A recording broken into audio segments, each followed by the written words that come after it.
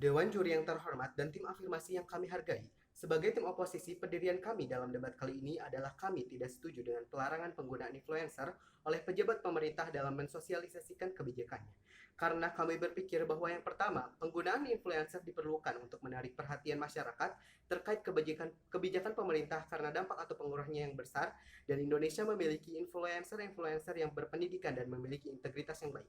Sebagai tim oposisi, kami memiliki tujuan dalam debat kali ini adalah kami ingin menciptakan masyarakat yang paham akan kebijakan pemerintah melalui sosialisasi yang lebih canggih di era globalisasi ini, Dewan Juri yang terhormat.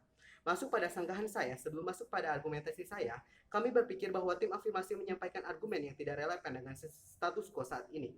Yang pertama, mereka berkata bahwa dengan menggunakan influencer bukanlah hal yang tepat untuk melakukan sosialisasi kebijakan pemerintah karena cenderung dapat menggiring opini masyarakat tanpa diskursus yang sehat.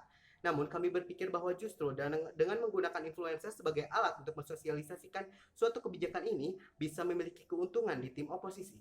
Karena dengan hal ini, jangkauan yang diterapkan oleh pemerintah akan bisa lebih luas, terutama di kalangan milenial sebagai generasi penerus bangsa. Sehingga di tim oposisi kita dapat membuat kalangan milenial mengerti akan kebijakan pemerintah yang akan diterapkan dan bisa mengkritisinya. Masyarakat selalu percaya begitu saja dan pro akan hal itu, tetapi akan juga bisa menjadi lapak diskusi umum bagi kalangan milenial yang kritis akan suatu kebijakan. Hal ini tentunya Hal ini tentunya memberi keuntungan bagi pemerintah yang bisa mencetak generasi unggul dalam berpolitik, seperti berani mengungkapkan pendapat dan lain sebagainya. Tim afirmasi juga berkata bahwa influencer akan terfokus pada masa yang banyak, bukan pada substansi informasi dari kebijakan tersebut. Hal ini sebenarnya tidak dapat dibenarkan begitu saja, Dewan Juri yang terhormat. Kami berpikir bahwa influencer yang dimintai oleh pemerintah untuk mensosialisasikan kebijakannya tentu akan merasa bertanggung jawab atas apa yang akan mereka sampaikan nantinya. Mereka justru akan mendalami kebijakan tersebut sebelum mempublikasikannya karena mereka merasa diperlukannya pemahaman lebih atas kebijakan tersebut. Dan kami berpikir bahwa pemerintah tidak akan sembarangan memilih influencer. Tentunya pemerintah akan melihat sisi kualitas dalam influencer itu sendiri dengan mempertimbangkan seberapa besar pengaruhnya terhadap masyarakat. Maka dari itu, kami dari tim oposisi sangat menyayangkan jika pemerintah dilarang menggunakan influencer dalam mensosialisasikan kebijakannya, dilihat dari aspek keuntungan yang bisa didapatkan oleh pemerintah, Dewan Juri yang terhormat. Lalu masuk pada argumentasi saya yang akan saya paparkan adalah, yang pertama saya akan menjelaskan mengapa penggunaan influencer dalam hal ini dibenarkan dan juga tidak dapat dilarang.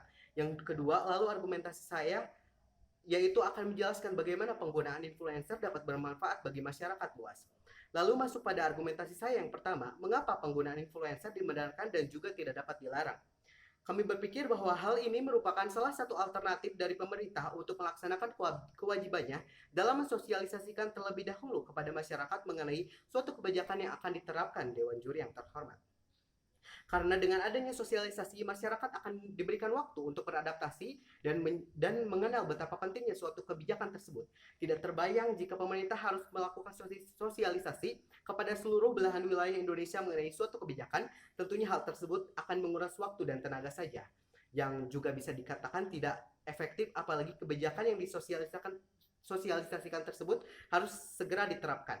Kami juga berpikir penggunaan influencer dalam hal ini tidak perlu dilarang karena kami tidak melihat tetap letak salahnya, Dewan Juri yang terhormat. Influencer digunakan untuk menyampaikan kebenaran dari sisi pemerintah, terkecuali mereka memutarbalikkan fakta, juga anti demokrasi.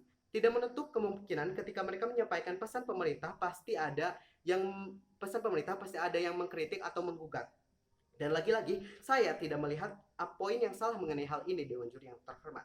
Lalu masuk pada argumentasi saya yang kedua, saya akan menjelaskan bagaimana penggunaan influencer dapat bermanfaat bagi masyarakat luas. Kami berpikir bahwa dengan penggunaan influencer dalam hal ini akan memperluas jangkauan pemerintah dalam sosialisasinya.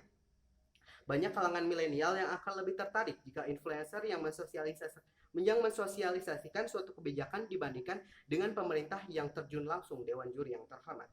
Dengan jangkauan yang luas ini tentu akan mengakibatkan luasnya juga lapak diskusi umum masyarakat mengenai kebijakan yang akan diterapkan nanti oleh pemerintah dan akan membuat masyarakat lebih kritis mengenai pemerintah. Oleh karena itu, sekali lagi kami dari tim oposisi sangat menyayangkan jika mosi ini dibenarkan dan kami bangga sebagai tim oposisi.